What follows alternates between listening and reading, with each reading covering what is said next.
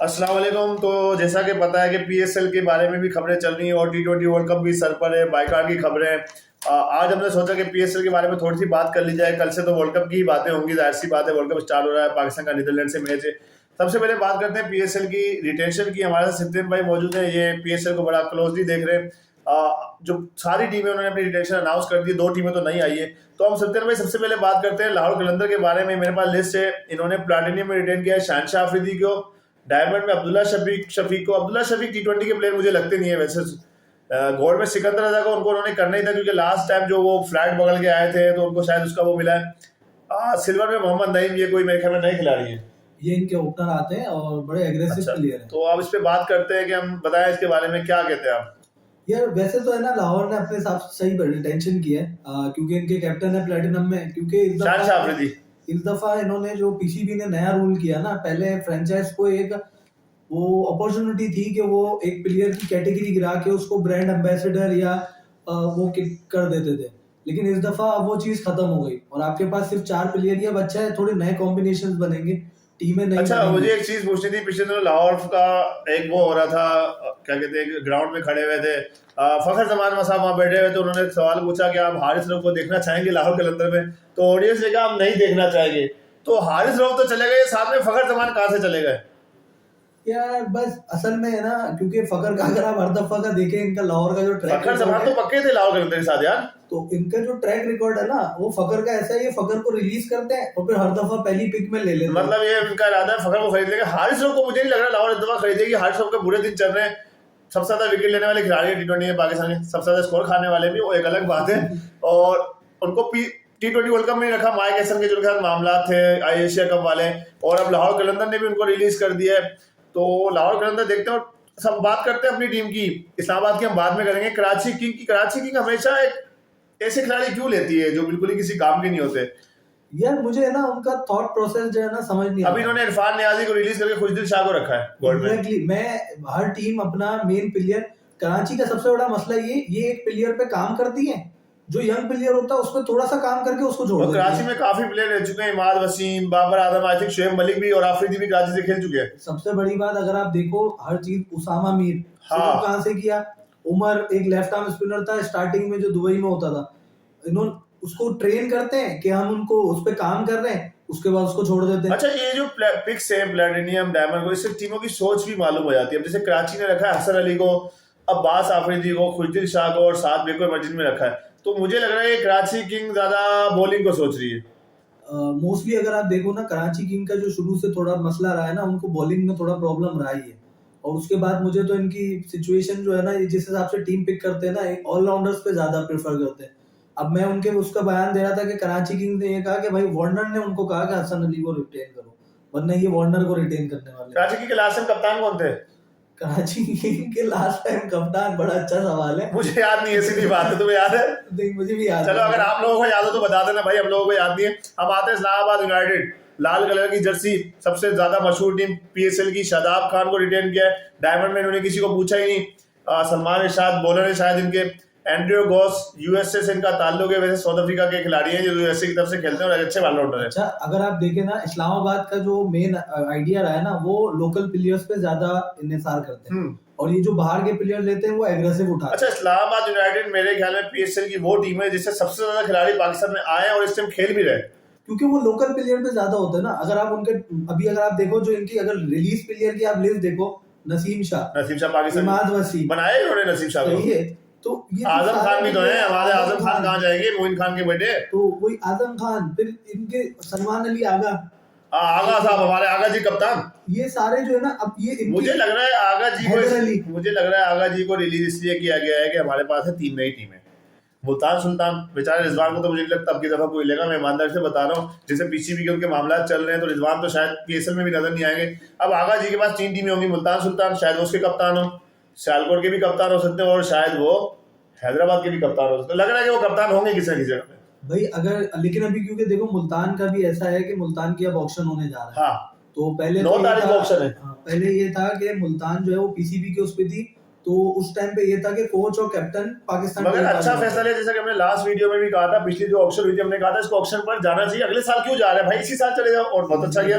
भाई ये पीसीबी अभी जो है ना उनकी डिसीजन मेकिंग बहुत बहुत अच्छी जा रही है, मोहसिन नकवी बहुत अच्छे जा रहे हैं। इन्होंने अगर आप देखो सबसे ज्यादा मीडिया राइट्स महंगे अभी इस दफा बिल्कुल, इन्होंने पीएसएल कर के दिए। तक 33% ऊपर गए। तो ये चीजें जो है ना, अब ऑब्वियसली देखो अगर आप ऑक्शन में और ये सारी चीजें जब आप पैसा आया टीमों ने इतनी महंगी महंगी ली है, इसका मतलब आगे फ्यूचर है ना। और बिल्कुल। अभी जिस हिसाब से मीडिया राइट्स और वो अभी तो महंगे 10 साल के पता दोबारा चल रहा है। एवेल्यूएशन की है। अच्छा, बात करते हैं किंग की टीम की।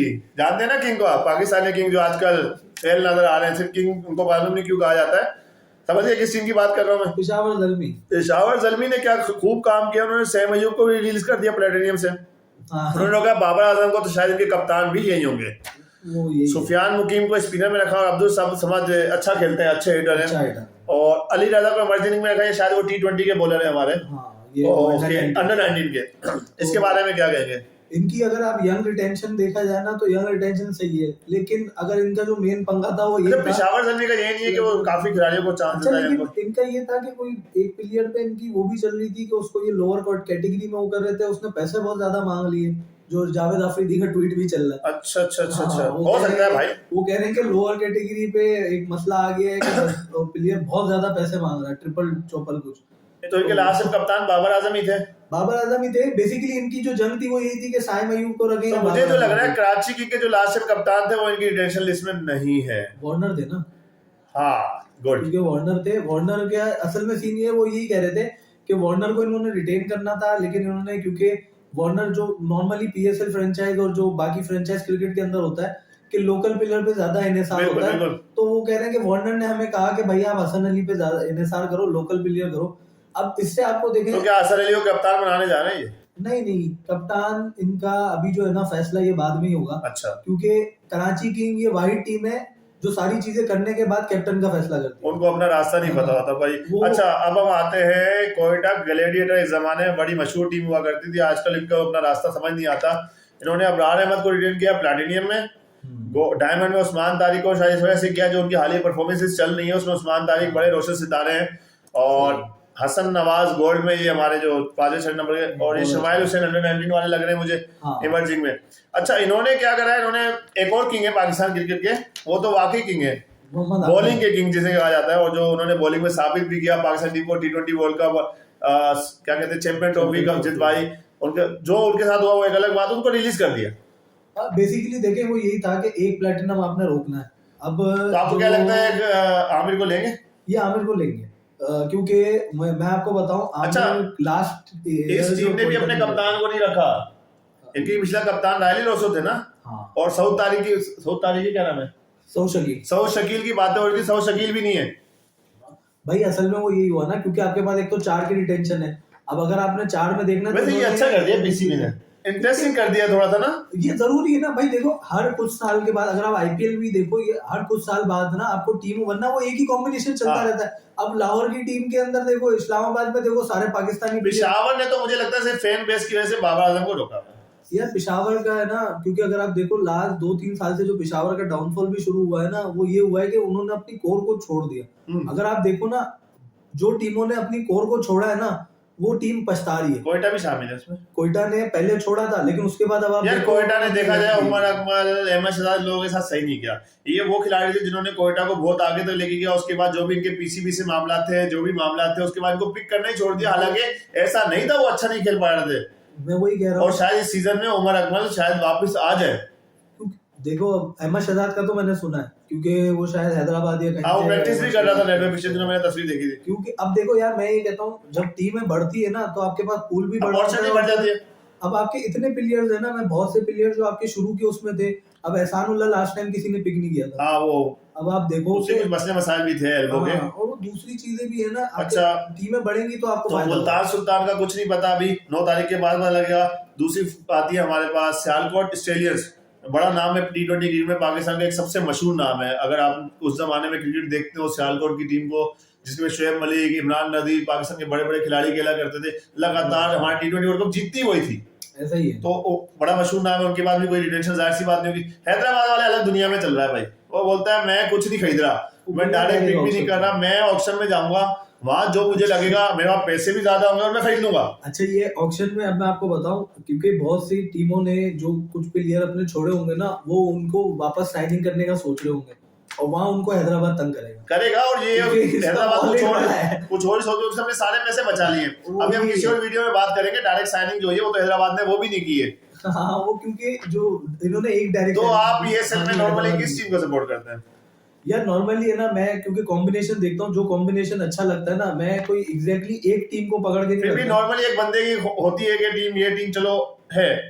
अगर आप नॉर्मली देखा जाए ना, तो मुझे इस्लामाबाद की टीम हर दफा कॉम्बिनेशन वाइज बहुत अच्छी टीम है। इस्लामाबाद वाली टीम ऑलराउंडर्स की टीम होती है आप अल्फाज में। नहीं, उनका एक पता है क्या है जो उन्होंने किया, एक तो वो लोकल प्लेयर ज्यादा लेते हैं और उनके जो फॉरेनर्स होते हैं ना, उनके रोल बहुत डिफाइंड होते हैं। जैसे ओपनर आते थे उनके, वो जेसन रो, एलेक्स हेल्स वगैरह। एलेक्स हेल्स हो गया, उसके बाद मुनरो हो गए। मुनरो को इन्होंने एक रोल दिया होता था कि भाई आपने वन डाउन। मेरे ख्याल में इस टाइम जो PSL जितने भी सीजन हुए हैं उनमें जितनी भी डिस्ट्रक्टिव बैटिंग करने वाले बंदे होते थे वो हैदराबाद नहीं, इस्लामाबाद के पास होते थे। कोयटा ने अपने आप को बिल्कुल खत्म कर लिया। शुरू में कोयटा बहुत अच्छी गई, दोस्तों के फाइनल खेले, लास्ट ईयर उन्होंने कमबैक किया था। लास्ट ईयर असल में उनका अगर आप देखा जाए ना, तो बहुत टाइम बाद उन्होंने कॉम्बिनेशन किया। इनके जो मेन कोयटा का मसला चल रहा था ना, कोयटा कंटिन्यूसली नसीम शाह, मोहम्मद हसनैन इनको कंटिन्यूसली खिला रहा था और वो बॉलिंग में उनको डिलीवर नहीं कर पा रहे थे।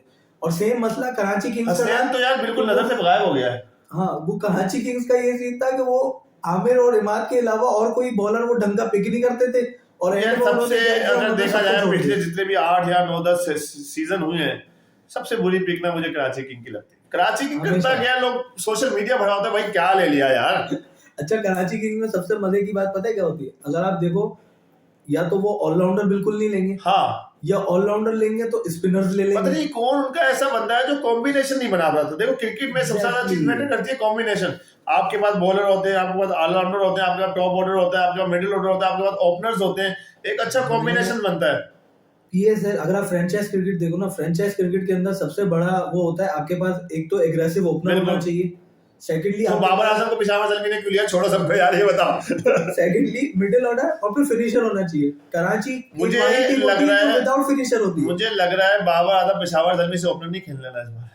ओपनर ही खेलेगा वो। जावेद अफरीदी को वो बाबर के उसमें नहीं। बाबर का मसला नहीं, फैन फॉलोइंग का मसला है। पेशावर ज़ल्मी की फैन फॉलोइंग भी बढ़ती है यार।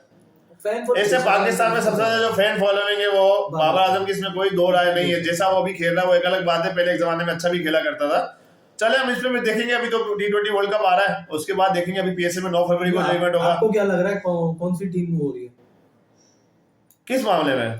कैसी PSL में? यार मुझे जो लग रहा है, देखा अभी तो ये 4 टीमें है ना, मुझे जो रिटेंशन सबसे अच्छी लगी है ना, मैं आपको बताऊं, इसमें रिटेंशन सबसे अच्छी जो मुझे लग रही है इस टाइम कोयटा की लग रही है।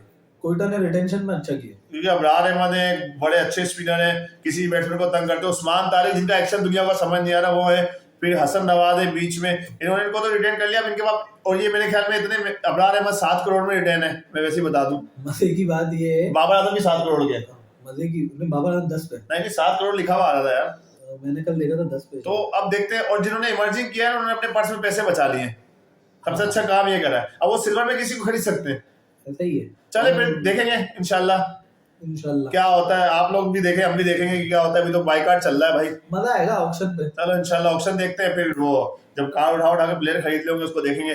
अल्लाह हाफिज।